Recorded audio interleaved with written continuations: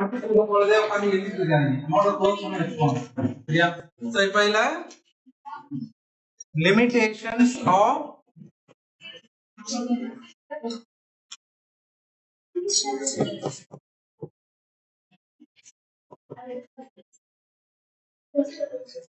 Ellingham diagram. இந்த எல்லிங்ஹாம் டயகிராமுடைய limitations அப்படின்னா drawbacks. இதுல என்னென்ன பிரச்சனைகள் இருக்கு அப்படின்னாக்கா ஃபர்ஸ்ட் ஒன் நம்ம இந்த எல்லிங்ஹாம் டயகிராம் பத்தி படிக்கும் பொழுதே பார்த்தோம். இதுல நமக்கு டெல்டா நாட் வேல்யூ தேவை இல்லையா? அந்த டெல்டா நாட் வேல்யூ கால்குலேட் பண்றதுக்கு ஹெரால்ட் எல்லிங்ஹாம் என்ன ஈக்குவேஷன் யூஸ் பண்ணிட்டாரு? Delta naught is equal to minus RT log K அப்படிங்கிற ஒரு தெர்மோடைனமிக் ரிலேட்டரை யூஸ் பண்ணாரு. அது லாங் கே அப்படிங்கிறது என்னது? Equilibrium constant. அப்ப ஈக்விலிபிரியம் கான்ஸ்டன்ட் யூஸ் பண்றாரு அப்படின்னா என்ன அர்த்தம்? The reactant and product are under equilibrium condition. Reactant and product increase அர்த்தம் ஈக்விலிபிரியத்துல இருக்குது அப்படின்னு அர்த்தம் இல்லையா? இது ரெண்டு விஷயம் பார்க்கிறோம். அவரு இந்த டெல்டா நாட்டை கால்குலேட் பண்றதுக்கு என்ன எடுத்துக்கிட்டாரு?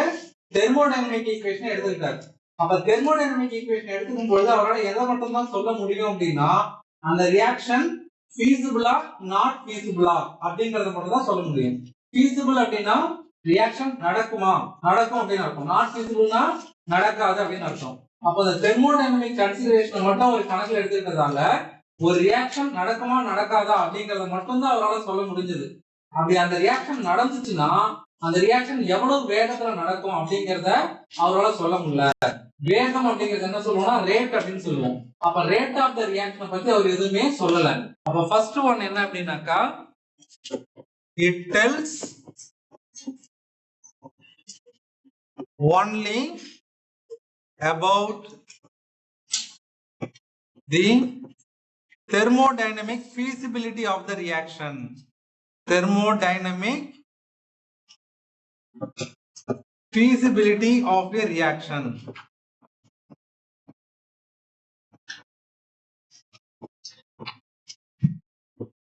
இதுக்கு மீனிங் என்ன? தெர்மோடைனமிக் ஃபீசிபிலிட்டினா என்ன அர்த்தம்? ரியாக்ஷன் நடக்குமா நடக்காதா அப்படிங்கறத வச்சு தெர்மோடைனமிக் ஈக்குவேஷனை வச்சு சொல்றாரு. அதாவது டெல்ஜியோட வேல்யூ நெகட்டிவா வந்துச்சுன்னா அந்த ரியாக்ஷன் நடக்கும். டெல்ஜியோட வேல்யூ பாசிட்டிவா இருந்துச்சுன்னா அந்த ரியாக்ஷன் நடக்காது. இதை மட்டும் தான் சொன்னாரு. It does not tell anything. It does not consider the rate of the reaction. Rate of the reaction. Rate of the reaction அப்படின்னா அந்த ரியாக்ஷன் எவ்வளவு வேகத்துல நடக்கும் அப்படிங்கறத பத்தி அவரு பெருசா எதுவுமே கன்சிடர் பண்ணல. ரெண்டாவது பாயிண்ட், இப்போ ரெடியூசிங் ஏஜென்ட் நம்ம யூஸ் பண்ணும்போது அவர் என்ன சொல்றாரு? அந்த மெட்டல் ஆக்சைடு கூட ரெடியூசிங் ஏஜென்ட் சேர்ந்து அந்த மெட்டல் தனியா ஆக்சிஜன் தனியா பிரியும். இந்த ஒரே ரியாக்ஷன் தான் நடக்கும் அப்படிங்கிற மாதிரி சொன்னாரு. பட் அதுல வேற ஏதாவது சைட் ரியாக்ஷன்ஸ் நடக்கிறதுக்கான பாசிபிலிட்டி இருக்கா அப்படிங்கறத பத்தி இவரு சொல்லவே இல்லை. இப்ப ரெண்டாவது டிராபேக் என்ன அப்படின்னா it does not tells anything about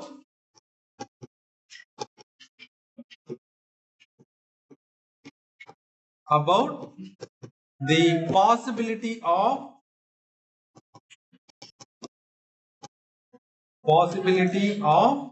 other reactions.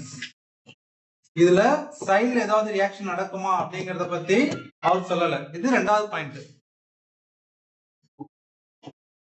மூணாவது பாயிண்ட் தெர்மோடைனமிக் கன்சிடரேஷன் சொல்லிட்டோம். லாஸ்ட் பாயிண்ட் இதுல இன்னொரு பாயிண்ட் சொன்னா என்னப்பா?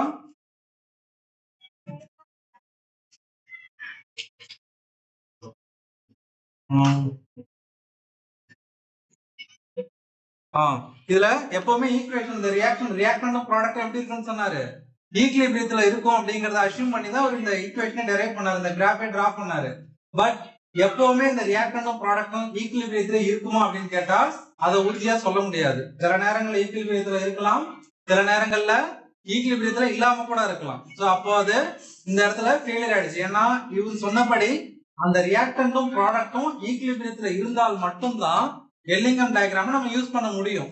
ஒருவேளை அது ஈக்விலிபிரியத்துல இல்ல அப்படின்னா அந்த எல்லிங்ஹாம் டயகிராம் நம்ம என்ன பண்ண முடியாது? யூஸ் பண்ண முடியாது. So he assumed that the reactants and products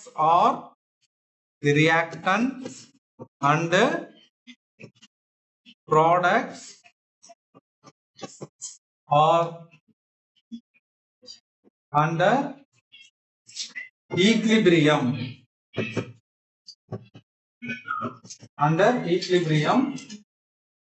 Which is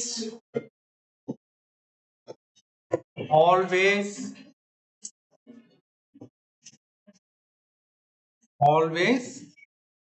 not true. இது எப்பவுமே உண்மை அப்படின்னு சொல்ல முடியாது. சில நேரங்கள்ல அது ஈக்குலிபிரியத்துல இருக்கலாம், சில நேரங்கள்ல ஈக்குலிபிரியம் இல்லாமலும் இருக்கலாம். சோ இதான் வந்து லிமிடேஷன்ஸ் ஆஃப் எல்லிங்ஹாம் டயகிராம் அப்படின்னு சொல்லுவோம். ஓகேவா? சரி, இந்த எல்லிங்ஹாம் டயகிராம இதோட முடிச்சு அடுத்து நெக்ஸ்ட் டாபிக் போயிடலாம். இதுக்கு அடுத்ததா electrolytic ரிஃபைனிங்ல electrochemical principle of metallurgy. Electrochemical principle of metallurgy.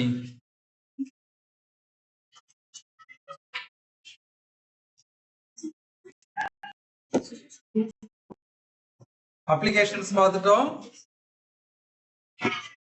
limitations பார்த்துட்டோம். Next electrochemical principles of metallurgy.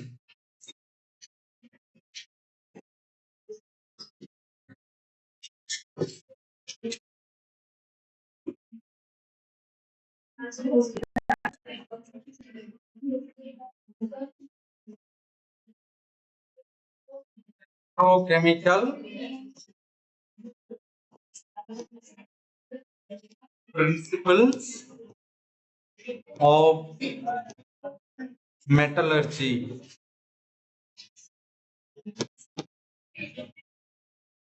So the electrochemical principle அப்படிங்கிறதுனா ஏற்கனவே என்ன பிரின்சிபல் எடுத்துட்டாங்க, தெர்மோடைனமிக் பிரின்சிபல் எடுத்துட்டாங்க இல்லையா, del G அப்படிங்கிற வேல்யூஸ் தான் சொன்னாரு.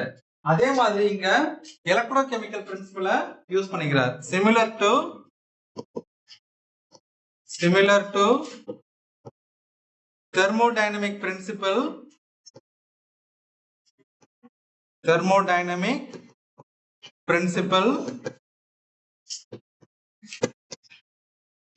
the electrochemical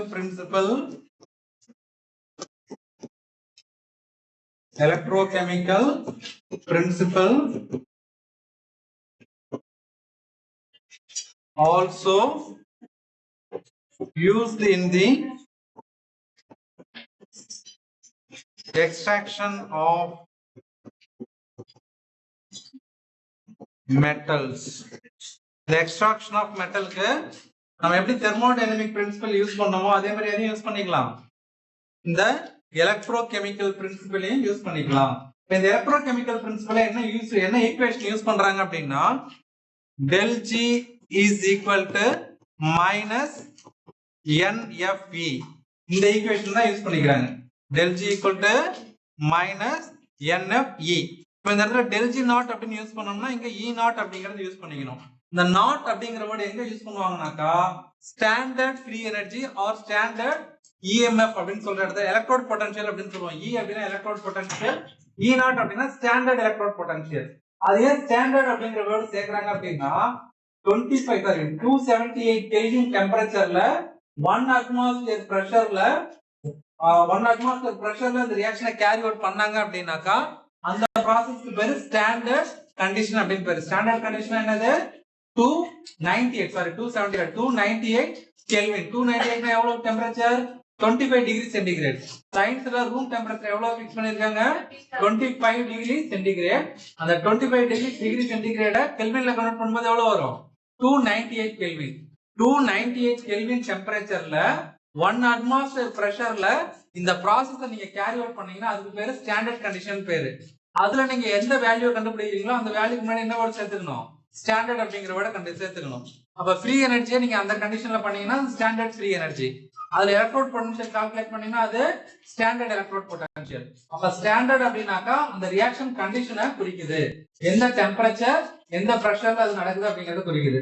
இந்த நாட் அப்படிங்கிற வேர்ட் போடல அப்படின்னாக்கா அந்த இடத்துல டெம்பரேச்சரும் பிரஷரும் வேற வேற டெம்பரேச்சரா இருக்கலாம், வேற பிரஷரா இருக்கலாம் அப்படின்னு அர்த்தம். ஓகேவா? சோ இங்க கீழே எழுதிக்கோங்க, டெல் ஜி நாட் அப்படிங்கிறது டெல் ஜி நாட் அப்படிங்கிறது standard gives free energy. Standard gives free energy. N அப்படிங்கிறது number of electrons involved in the reaction. Involved in the reaction. Number of electrons involved அப்படினா என்ன அர்த்தம்னா, copper 2+ நீங்க ரியாக்ஷன்ல எடுத்துக்கிறீங்கன்னு வெச்சுக்கோங்க. இந்த copper 2+ காப்பரா reduce ஆகும் பொழுது இதுல இருந்து எத்தனை எலக்ட்ரான் எடுத்துக்கும்? அது copper 2+ காப்பரா ரெடியூஸ் ஆகும்னா எத்தனை எலக்ட்ரான் தேவை? இங்க 2+ இருக்குப்பா, இந்த 2+ 0வா மாறணும்னா இங்க எத்தனை எலக்ட்ரான் தேவை? ஒரு எலக்ட்ரான் அப்படினா என்ன அர்த்தம்? ஒரு மைனஸ். 2 எலக்ட்ரான் அப்படினா 2 மைனஸ். 3 எலக்ட்ரான் அப்படினா 3 மைனஸ். இங்க 2 பிளஸ் இருக்கு. அப்ப எத்தனை எலக்ட்ரான் தேவைப்படும்? 2 எலக்ட்ரான்ஸ் தேவைப்படும் இல்லையா? அப்போ இங்க எத்தனை எலக்ட்ரான் இன்வால்வ் ஆகுது ரியாக்ஷன்ல? 2 எலக்ட்ரான். அப்ப இந்த இடத்துல n ஓட வேல்யூ என்னன்னு போட்டுக்கணும்? 2 அப்படினு போடணும். சரியா? அப்ப அந்த ரியாக்ஷன்ல எத்தனை எலக்ட்ரான் கெயின் ஆகுது அல்லது எத்தனை எலக்ட்ரான் லாஸ் ஆகுதோ அந்த கவுண்ட் தான் நம்ம என்னன்னு சொல்லுவோம்? n அப்படினு சொல்லுவோம். அதான் number of electrons involved in the reaction அப்படினு சொல்றோம். அடுத்தது F அப்படிங்கிறது ஃபாரடே. F அப்படிங்கிறது என்ன சொல்லுவாங்க? 1 ஃபாரடே, 96,500 கூலும். எக்ஸாக்ட்டா சொல்லும்போது 96,495 கூலும் அப்படின்னு சொல்லுவீங்க இல்லையா? அந்த வேல்யூ தான் 1 ஃபாரடே அப்படின்னு சொல்றோம். அடுத்தது E0 அப்படிங்கிறது standard electrode potential. Standard electrode potential. So இதுல இருந்தா நமக்கு இது 5 மார்க்ல கேட்பாங்க. இந்த ஈக்குவேஷன்ல இருந்து கரெக்ட்டா ஞாபகம் வச்சுக்கோ. del G naught equal to என்ன வரணும்? -NFE0. இந்த ஈக்குவேஷனை யூஸ் பண்ணி தான் நம்ம எலக்ட்ரோகெமிக்கல் பிரின்சிபல எம்ப்ளாய் பண்றோம். இதுல இந்த டேர்ம்க்கான எக்ஸ்பிளனேஷன் இங்க எழுதிருக்கோம். அடுத்த பாயிண்ட் என்ன அப்படின்னா, இங்க E0 க்கு வேல்யூ பாசிட்டிவாவும் இருக்கலாம், நெகட்டிவாவும் இருக்கலாம். ஓகேவா? இப்போ இங்க E0 உடைய வேல்யூ பாசிட்டிவா இருக்குன்னு வெச்சுக்கோங்க. அப்ப del G naught ஓட வேல்யூ பாசிட்டிவா இருக்குமா நெகட்டிவா இருக்குமா? நெகட்டிவா இருக்கும். ஏன்னா E0 ஓட வேல்யூ பாசிட்டிவா இருக்கும் பொழுது இந்த மைனஸ் இன்டு பிளஸ் என்ன கிடைக்கும்? மைனஸ் தான் கிடைக்கும். அப்ப del G ஓட வேல்யூ நெகட்டிவா இருந்துச்சுனாக்கா அந்த ரியாக்ஷன் ஸ்பான்டேனியஸா நான் ஸ்பான்டேனியஸா? ஸ்பான்டேனியஸ். எப்பவுமே மறக்காதீங்க, del G ஓட வேல்யூ நெகட்டிவ் அப்படினாலே என்னது? ஸ்பான்டேனியஸ் அப்படின்னு அர்த்தம். ஓகேவா? அதே E0 ஓட வேல்யூ நெகட்டிவா இருந்துச்சுனாக்கா இங்க மைனஸ் வரும், மைனஸ் இன்டு மைனஸ் என்ன ஆயிடும்? பிளஸ் ஆயிடும். அப்ப ஓவரால் del G ஓட வேல்யூ எப்படி இருக்கும்? பாசிட்டிவா இருக்கும். அப்ப பாசிட்டிவா இருந்தாக்க அந்த ரியாக்ஷன் நான் ஸ்பான்டேனியஸ். அந்த ரியாக்ஷன் நடக்கிறதுக்கான வாய்ப்பு குறைவு. சோ அடுத்த point, when E0 is positive, the value of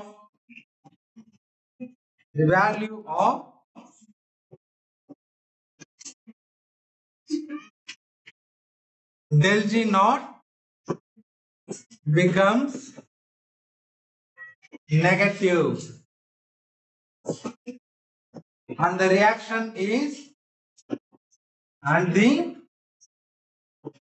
reaction is spontaneous. அதனால அந்த ரியாக்ஷன் என்னவா இருக்கும்? ஸ்பான்டேனியஸா நடக்கும். அப்படியே ரிவர்ஸா, when E0 is negative, the value of del G naught becomes positive. It becomes positive and the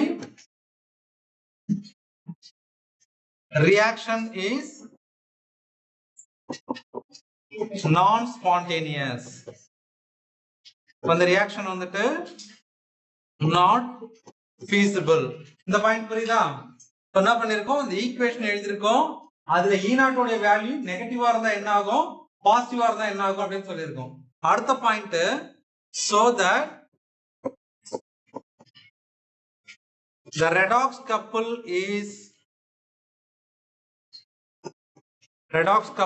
is chosen in such a way that the E0 value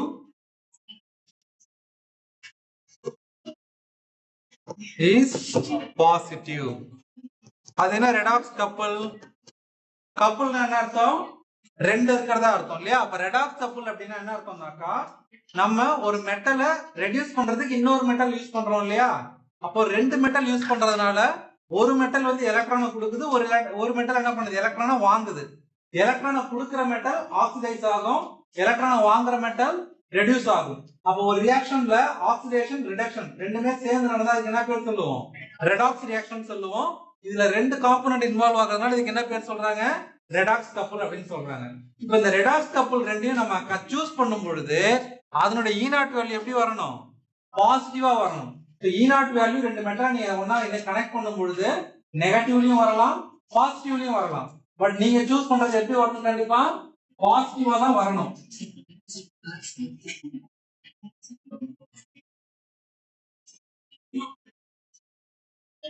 இதுல E0 value பாசிட்டிவா வர்ற மாதிரி நம்ம என்ன பண்ணிக்கணும், இந்த எலக்ட்ரோட் வேல்யூவை எலக்ட்ரோட் ரெடாக்ஸ் கப்ல நம்ம சூஸ் பண்ணிக்கணும். ஃபார் எக்ஸாம்பிள், நீங்க காப்பர் சில்வர் ரெண்டையும் கனெக்ட் பண்றீங்கன்னு வச்சுக்கோங்க. அதனுடைய ரெடாக்ஸ் கப்பல் வேல்யூ, அதாவது இந்த காப்பர் சில்வரை நீங்க சூஸ் பண்ணும் பொழுது ஒன்னு வந்து ஆனோட எடுத்துப்பீங்க, இன்னொன்னு என்ன பண்ணுவீங்க, கேத்தோட எடுத்துப்பீங்க. இப்ப நீங்க காப்பரை வந்துட்டு ஆனோடாவும் சில்வரை கேத்தோடாவும் எடுத்துக்கிட்டீங்கன்னாக்கா அதனுடைய E0 வேல்யூ பாசிட்டிவா இருக்கும். அதே ரிவர்ஸ் எடுத்துக்கிட்டீங்கன்னு வச்சுக்கோங்க, சில்வரை வந்துட்டு ஆனோடாவும் காப்பரை கேத்தோடாவும் எடுத்துக்கிட்டீங்கன்னா அதனுடைய வேல்யூ நெகட்டிவா இருக்கும். அப்ப E0 வேல்யூ நெகட்டிவா இருந்தா அந்த ரியாக்ஷன் என்னது, நாட் பாசிபிள். அதாவது அந்த ரியாக்ஷன் நடக்காது.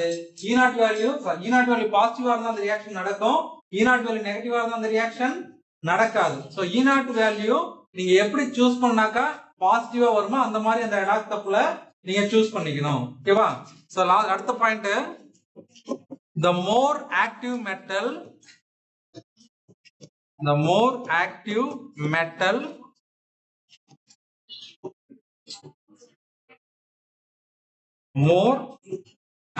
metal reduces the less active metal.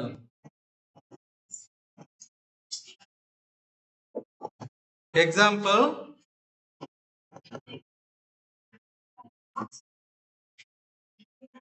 copper plus Ag plus.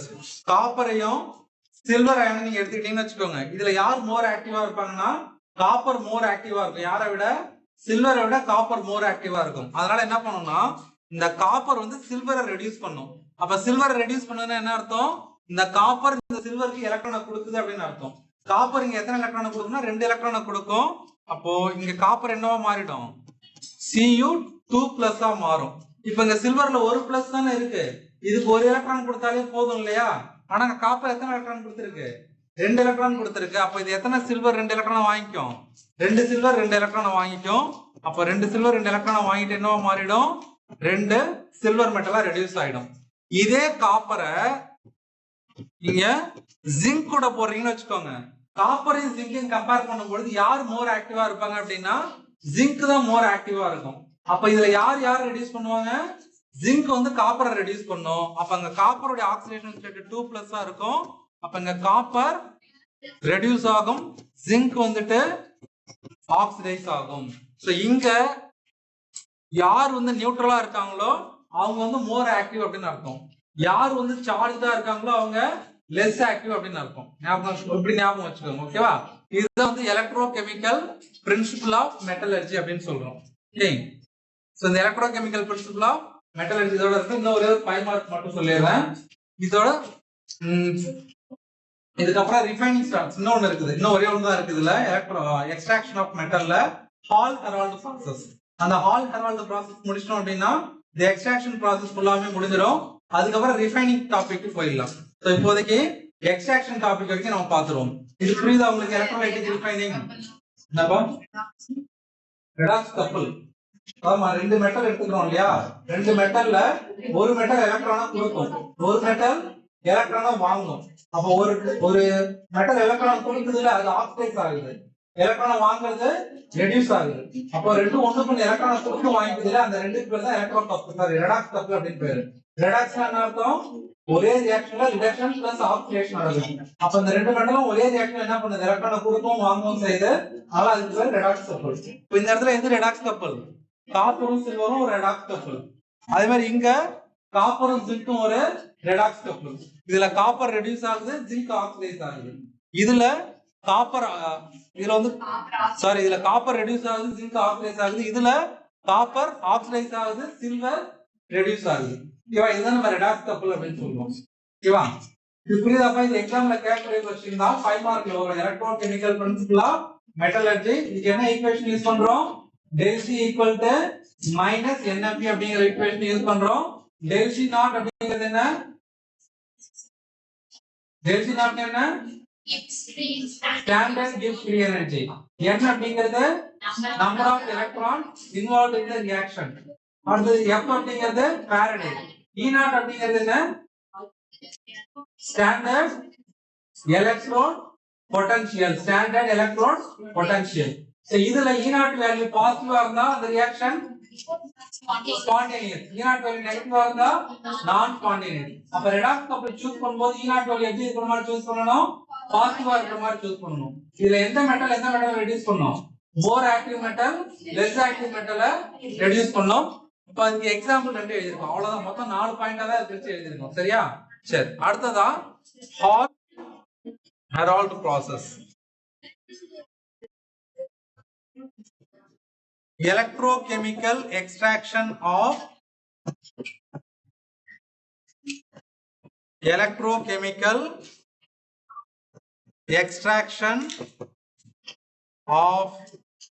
aluminium.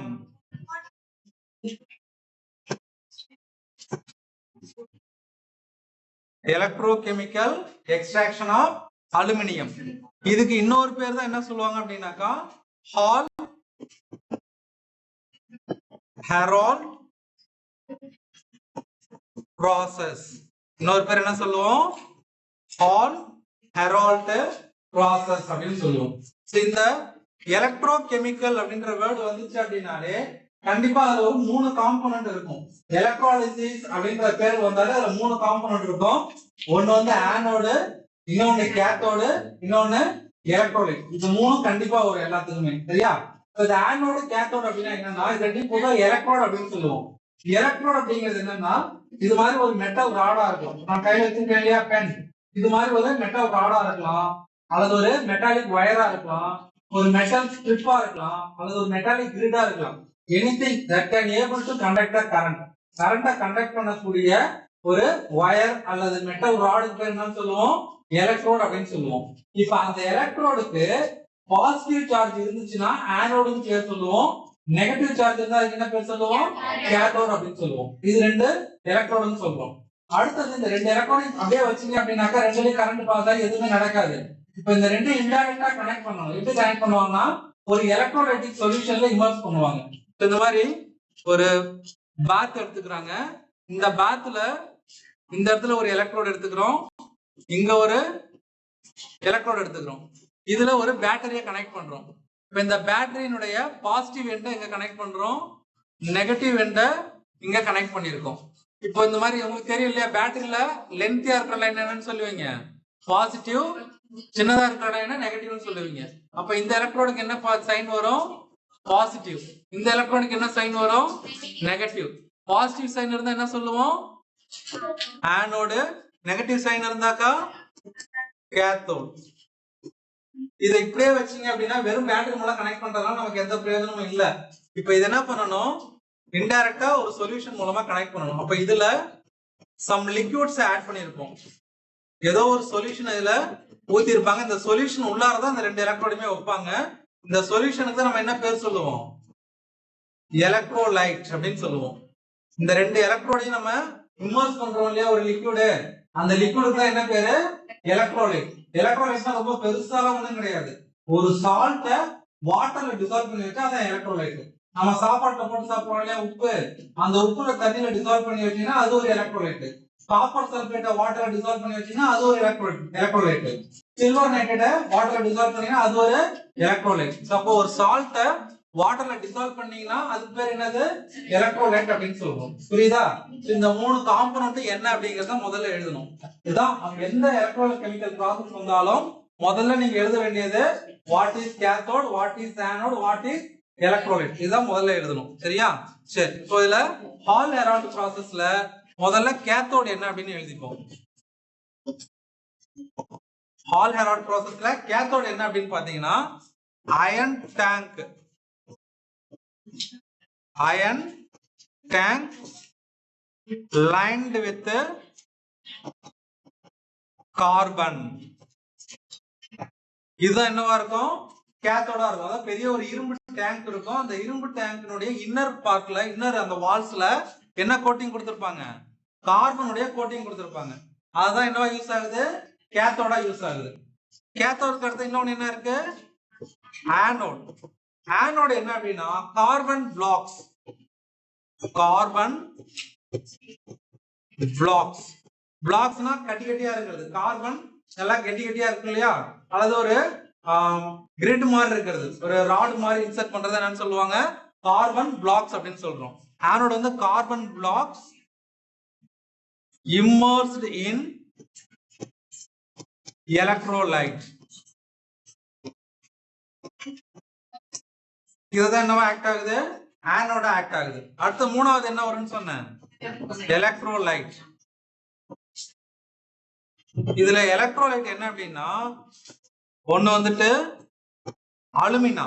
ஒண்ணு என்ன எடுத்துக்கிறோம்? Alumina plus molten cryolite plus 20% calcium chloride. இந்த மூணும் சேர்ந்த மிக்சர் தான் என்னவா ஆக்ட் ஆகுது? எலக்ட்ரோலைட்டா ஆக்ட் ஆகுது. ஓகேவா? என்னென்ன இருக்கு? Alumina, molten cryolite and calcium chloride. இந்த மூணும் சேர்ந்த மிக்சருக்கு என்ன பேரு? எலக்ட்ரோலைட் அப்படின்னு சொல்றோம். இதுல இந்த கால்சியம் குளோரைடுடைய ரோல் என்ன அப்படின்னாக்கா to make the electrolytic mixture feasible. feasibleனா ஈஸியா மெல்ட் ஆக வைக்கிறது தான் யாரோட வேலை? கால்சியம் குளோரைடுடைய வேலை. அது மட்டும் ஒரு பாயிண்ட் எழுதிக்கணும். The role of calcium chloride is to reduce the melting point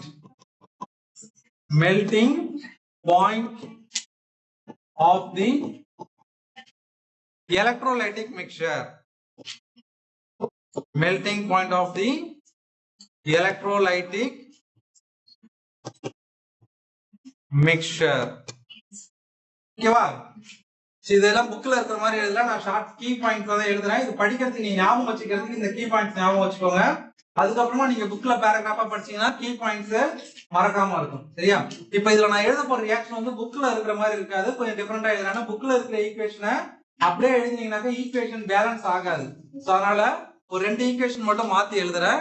இந்த ஈக்குவேஷன் எல்லாம் கவனிச்சுக்கோங்க. இப்ப இதுல நமக்கு அலுமினா எடுத்துக்கோம் இல்லையா? இந்த அலுமினா எப்படி டீகம்போஸ் ஆகும்? Al2O3. இது எப்படி டீகம்போஸ் ஆகும்? இது பிரிஞ்சா எப்படி பிரியும்? என்னது?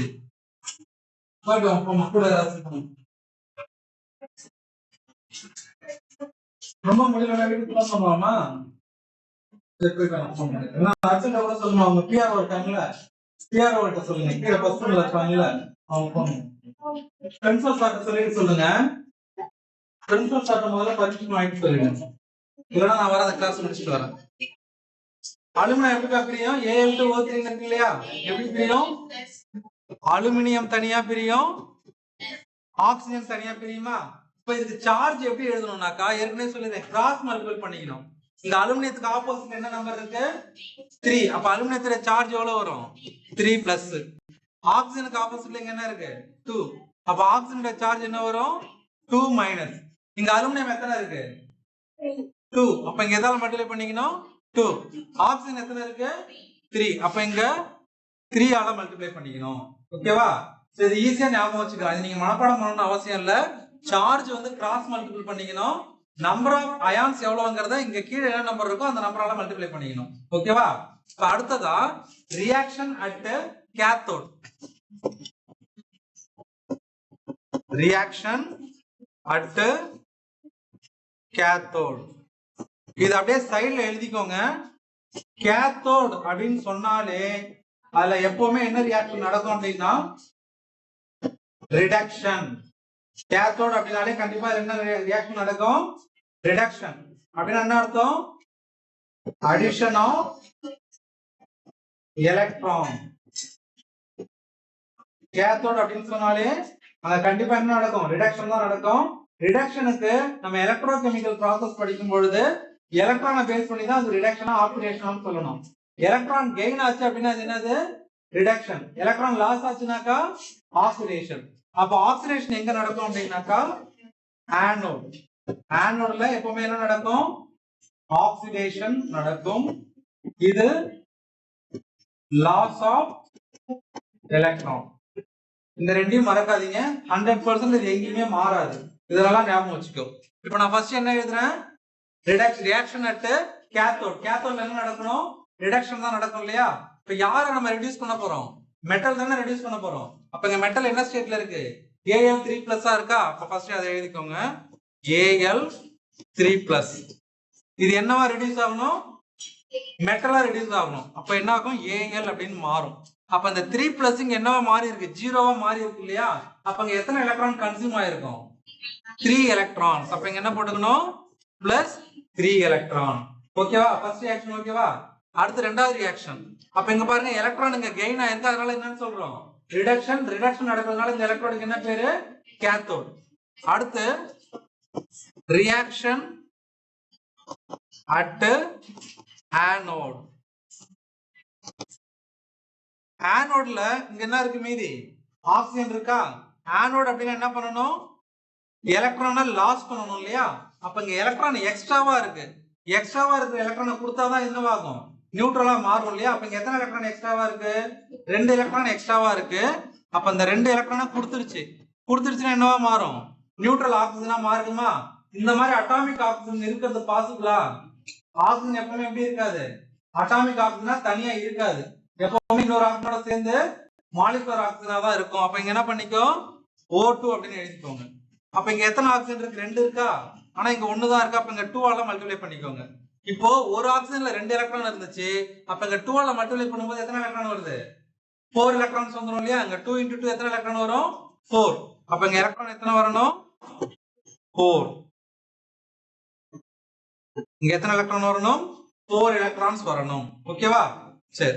இப்போ எப்பவுமே ஒரு ரியாக்ஷன்ல இந்த மெட்டல் ஒரு மெட்டல் எத்தனை எலக்ட்ரானை கொடுத்துச்சோ அதே அளவு எலக்ட்ரானை தான் இன்னொரு மெட்டல் வாங்கும். இங்க பாருங்க இதுல அலுமினியம் வந்து எலக்ட்ரானை வாங்கி இருக்கு. எத்தனை எலக்ட்ரான் வாங்கி இருக்கு 3. இங்க ஆக்சிஜன் எலக்ட்ரானை கொடுத்துருக்கு. எத்தனை கொடுத்துருக்கு 4. இங்க 2 எலக்ட்ரான் பேலன்ஸ் ஆகுதா பேலன்ஸ் ஆகலையா? ஆகல. இங்க 3 எலக்ட்ரான் இருக்கு. இங்க எத்தனை இருக்கு 4 இருக்கு. நம்ம ஏற்கனவே ஆக்சிடேஷன் நம்பர் மெத்தட்ல எலக்ட்ரோ ரெடாக்ஸ் ரியாக்ஷனை பேலன்ஸ் பண்ணோம்ல, அதுல இந்த மாதிரி எலக்ட்ரானோட கவுண்ட் மாறி வந்தா என்ன பண்ணுவீங்க கிராஸ் மல்டிபிள் பண்ணுவீங்க இல்லையா? அதே மாதிரி இங்க 4 எலக்ட்ரான் இருக்கு, இங்க 3 எலக்ட்ரான் இருக்கு. அப்ப ரெண்டு பக்கமும் ஈக்குவலான எலக்ட்ரான் வரணும்னா என்ன பண்ணணும் கிராஸ் மல்டிபிள் பண்ணணும். இங்க எத்தனை எலக்ட்ரான் இருக்கு 4 இருக்கா? அப்ப இந்த 4 ஆல இந்த ஈக்குவேஷனை மல்டிப்ளை பண்ணுங்க. இந்த எத்தனை எலக்ட்ரான் இருக்கு 3. அப்ப இந்த 3 ஆல இந்த ஈக்குவேஷனை மல்டிப்ளை பண்ணுங்க. மல்டிப்ளை பண்ணாக்க ரெண்டு பக்கமும் ஈக்குவல் நம்பர் ஆஃப் எலக்ட்ரான் வந்துடும். ஏன்னா ஒரு ரெடாக்ஸ் ரியாக்ஷன்ல எத்தனை எலக்ட்ரான் லாஸ் ஆச்சோ அதே நம்பர் ஆஃப் எலக்ட்ரான் தான் என்ன ஆயிருக்கணும் கெயின் ஆயிருக்கணும். ஒருவேளை மாறி வந்துருச்சு அப்படின்னா ஈக்குவேஷன் பேலன்ஸ் ஆகாம இருக்கு அப்படின்னு அர்த்தம். அப்ப அதை பேலன்ஸ் பண்றதுக்கு நம்ம என்ன பண்ணிக்கணும் கிராஸ் மல்டிபிள் பண்ணிக்கிறோம். இப்ப கிராஸ் மல்டிபிள் பண்ணும்போது என்ன கிடைக்குது பாருங்க. இதை 4 ஆல மல்டிப்ளை பண்ண என்ன கிடைக்கும் 4Al3+ plus 4 × 3 12 electron gives 4 aluminum. அடுத்து இந்த ஈக்குவேஷன் 3 ஆல மல்டிப்ளை பண்ணா என்ன கிடைக்கும்? 3 into 2 6O2 minus gives 3O2 plus 3 into 4 12 electron. இப்படி கிடைக்குமா? சரி, இப்போ இதுல கார்பன் பிளாக்ஸ் நம்ம யூஸ் பண்ணோம்ல, இந்த எலக்ட்ராலிசிஸ் ப்ராசஸ் நடக்கும் பொழுது இந்த கார்பன் பிளாக்ஸ் என்ன பண்ணும் அப்படின்னா, இங்க லிபரேட் ஆகுது இல்லையா ஆக்சிஜன், இந்த ஆக்சிஜன் கூட சேர்ந்து கார்பன் டை ஆக்சைடா வெளில போயிடும். நம்ம எடுத்துக்கிட்டோம் இல்லையா ஆனோட்ல கார்பன் பிளாக்ஸ் எடுத்துக்கிட்டோம்ல, அந்த கார்பன் பிளாக்ஸ் இந்த ரியாக்ஷன் நடக்கும்போது கன்சியூம் ஆகி என்ன வெளில போயிடும்? கார்பன் டை ஆக்சைடா வெளில போயிடும். அந்த லைன்ல during the electrolysis process, during the electrolysis process, the carbon anode is consumed and liberated as carbon monoxide or carbon dioxide. அது என்ன வெளில போய்டும்? கார்பன் மோனாக்சைடாவோ அல்லது கார்பன் டை ஆக்சைடாவோ வெளில போய்டும். இப்போ இது கார்பன் மோனாக்சைடா வெளில போனா என்ன ரியாக்ஷன் நடக்கும்? கார்பன் ஆக்சிஜன் கூட சேர்ந்து கார்பன் மோனாக்சைடா மாறும். இதுல இருந்து 2 எலக்ட்ரான் வெளில போகும். அதே கார்பன் டை ஆக்சைடா இருந்தா 2 ஆக்சிஜன் கூட ரியாக்ட் பண்ணும். அப்ப கார்பன் டை ஆக்சைடு கிடைக்கும். 2 2 4 எலக்ட்ரான் வெளில போகும். சரியா? இந்த ரியாக்ஷன் தனி மெயின் ரியாக்ஷன் இதுதான். அடுத்து என்ன பண்றோம்? ஓவரால் ரியாக்ஷன் எழுதுறோம். Overall reaction. ஓவரால் ரியாக்ஷனுக்கு என்ன பண்ணணும்னா, இந்த 2 ரியாக்ஷன், இது ஈக்குவேஷன் 1 ன்னு வச்சுக்கோங்க, இது ஈக்குவேஷன் 2 ன்னு வச்சுக்கோங்க. இந்த 1வது ஈக்குவேஷனையும் 2வது ஈக்குவேஷனையும் ஆட் பண்ணணும். இந்த மாதிரி 2 ஈக்குவேஷனை ஆட் பண்ணும்போது ரியாக்டன்ட் சைடுலயும் ப்ராடக்ட் சைடுலயும் 2 ஈக்குவேஷன்ல சேமா இருந்தா என்ன பண்ணிக்கலாம்? கேன்சல் பண்ணிடலாம். அந்த ஃபர்ஸ்ட் ஈக்குவேஷன்ல பாருங்க, லெஃப்ட் சைடுல 12 எலக்ட்ரான் இருக்கா, அதே செகண்ட் ஈக்குவேஷன்ல ரைட் சைடுல என்ன இருக்கு? 12 எலக்ட்ரான் இருக்கு. சோ இந்த மாதிரி ஆப்போசிட்ல ரெண்டு ரியாக்ஷன்லயும் ஈக்குவலான டெர்ம்ஸ் இருந்தா என்ன பண்ணிக்கலாம்? கேன்சல் பண்ணிக்கலாம். அப்ப இந்த ரெண்டும் கேன்சல் ஆயிடும்.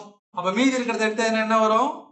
4Al3 plus 6O2 minus gives 4Al plus. இந்த O2 போட வேண்டாம். ஏன்னாக்கா இதுல இருந்து என்ன வெளில போகுதுன்னு சொல்லியிருக்கோம்? கார்பன் டை ஆக்சைடு கேஸ் தானே இந்த ரியாக்ஷன் வெளில போகுது. அப்போ இந்த ஆக்சிஜன் யார் கூட சேருது? இந்த ஆனோட்ல இருக்கிற கார்பன் கூட சேருது. இங்க எத்தனை ஆக்சிஜன் லிபரேட் ஆயிருக்கு? 3 ஆக்சிஜன். அப்ப எத்தனை கார்பன் டை ஆக்சைடு அங்க ப்ரொடியூஸ் ஆகும்? 3 கார்பன் டை ஆக்சைடு ப்ரொடியூஸ் ஆகும். அப்ப இங்க 3 கார்பன் டை ஆக்சைடு கேஸ் வெளில போயிடும். இப்ப இந்த ரியாக்ஷன்ல இங்க 3 கார்பன் இருக்கு, இங்க கார்பனே இல்லாம இருக்கு இல்லையா? அப்ப இங்க என்ன பண்ணிக்கணும்? 3 கார்பனை ஆட் பண்ணிக்கணும். So this is the overall reaction. So இதுதான் வந்துட்டு இந்த எலக்ட்ரோகெமிக்கல் ப்ராசஸ் ஆஃப் மெட்டல் எக்ஸ்ட்ராக்ஷன்ல நடக்கக்கூடிய ஓவரால் ரியாக்ஷன். இது நீங்க புக்ல இருக்கிற ஈக்குவேஷன் எடுத்துக்கிட்டீங்கன்னாக்கா இந்த ஈக்குவேஷன் இந்த மாதிரி பேலன்ஸ்டா வராது. அந்த புக்ல எப்படி கொடுத்திருக்காங்கன்னா, இந்த ஈக்குவேஷன் அப்படியே 2ஆல டிவைட் பண்ணி கொடுத்திருப்பாங்க. 2Al3 plus 6 electron gives 2 aluminum அப்படின்னு கொடுத்திருப்பாங்க. நீங்க அதை அப்படியே எடுத்துட்டீங்கன்னா இந்த ஈக்குவேஷன் பேலன்ஸ் ஆகாது. அதனால இந்த ஈக்குவேஷன் மட்டும் கொஞ்சம் மாடிஃபை பண்ணி எழுதிருக்கோம். ஓகேவா? சோ இதே மாதிரி எழுதிக்கோங்க. ஏன்னா உங்களுக்கு ஃபைனல் ஈக்குவேஷன் இந்த மாதிரி கிடைக்கும். புரியுதா இது? சரி, உங்க ஃபர்ஸ்ட் பார்த்தா நல்லா பிரைட்டா புரிஞ்சிருக்கிற மாதிரி நல்லா தெரியுது. டவுட் இருக்கு எழுதுங்க. எழுதும் பொழுது டவுட் இருக்கும், கண்டிப்பா டவுட் இருக்கிறத கேளுங்க. சரியா? இப்ப எழுதுறதுக்கு டைம்